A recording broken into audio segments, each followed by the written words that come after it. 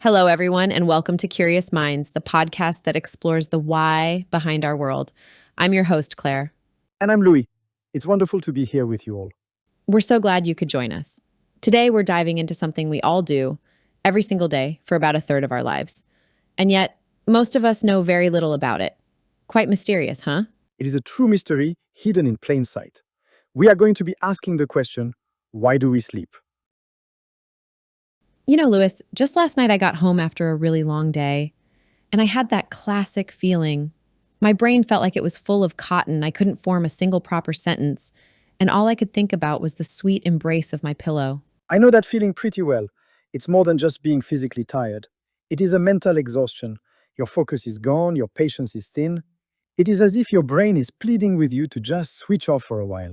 Pleading is the right word, and we all listen, eventually. We go to sleep. But what are we actually doing when we sleep? It feels like we're just hitting the pause button on life, but the science says it's one of the most important and active things our brain does. Indeed, so today we will pull back the curtain on this nightly ritual and find out why hitting that pause button is so critical for our survival and well-being. All right, so let's start at square one. What exactly is sleep? I think most people imagine it's just our body and brain going dormant for a few hours. That is the old way of thinking. But we now know the brain is buzzing with activity. It's not a simple marathon of rest, it is more like a triathlon with different events or stages. These are called sleep cycles. A triathlon, I like that. So what are the events? Well, throughout the night, we cycle through several stages. There are lighter stages of what we call non-REM sleep, then very deep non-REM sleep, and finally the famous REM sleep, which stands for rapid eye movement. REM. That's the dream stage where our eyes are darting back and forth behind our eyelids. It's so strange to think about. It is. And each cycle, going through all these stages, lasts about 90 minutes. We repeat this triathlon 4 or 5 times a night, with each cycle playing a slightly different role in our restoration and also our memory. Okay, so our brain is running this 90-minute triathlon all night. Let's break down why. For the body, it seems pretty straightforward. It's a time for physical repair. Exactly. While you sleep, your body gets to work fixing muscles, growing tissue, and releasing crucial hormones like growth hormone. It is the body's primary maintenance window.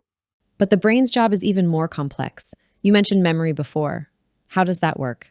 Well, think of your brain during the day as a student in a lecture, frantically taking notes. The notes are messy, disorganized, just trying to capture everything. When you sleep, the brain becomes a librarian. A librarian? Oui, it takes all those messy notes, decides what is important, throws out what is not, and neatly files the key information into your long-term memory.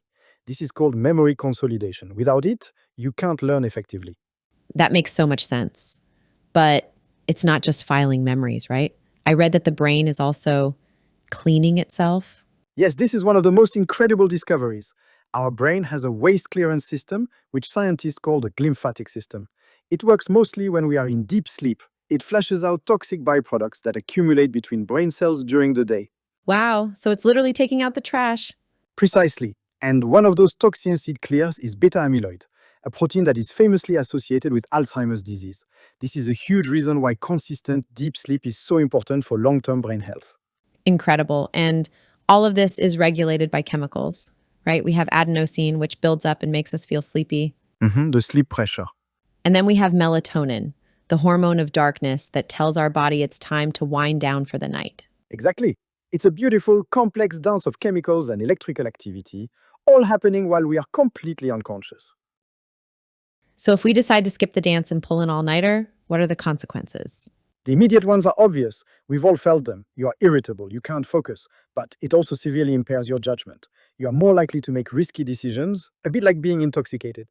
That's a scary thought, and I assume the brain's cleaning crew can't do its job, so all that toxic gunk just stays there? It does. And if that happens night after night, you can see how problems would start. In the long term, chronic sleep deprivation is a major risk factor for almost every major health issue you can think of: heart disease, obesity, diabetes, and a severely weakened immune system. You get sick more often. So sleep isn't just a pillar of health, it's the very foundation that all the other pillars, like diet and exercise, are built on. Which brings us to the most practical question: how can we improve this fundamental process? Let's run through some top tips. We mentioned the most powerful one already: consistency. Same bedtime, same wake up time. Your body loves a routine. Yes, my favorite tip is to manage your environment. Your bedroom should be a cave, cool, dark, and quiet. Use blackout curtains, earplugs, or a white noise machine if you need to. Signal to your brain that this room is for sleeping. That's a great one. And creating a buffer zone before bed is key. We call it a wind down routine. For the last hour before bed, no work, no stressful conversations, and absolutely no screens. Ah, the blue light from the screens. It is the enemy of melatonin. Read a real book, do some light stretching, take a warm bath. Anything that calms your nervous system. Also, doom scrolling doesn't really promote a good rest anyway. And finally, watch what you consume. Avoid caffeine in the afternoon and evening. It has a surprisingly long half life and can block those adenosine signals we talked about, making it hard to feel tired. All excellent advice. It's about creating rituals that respect our body's natural rhythms. Okay, so let's tie this all together. We've covered a lot of ground. We have. I think for me, the most amazing takeaway is the idea of the brain as a diligent librarian and janitor at night. While we rest, it is working so hard, filing memories and cleaning out toxins. I love that. For me, it's the concept of sleep pressure.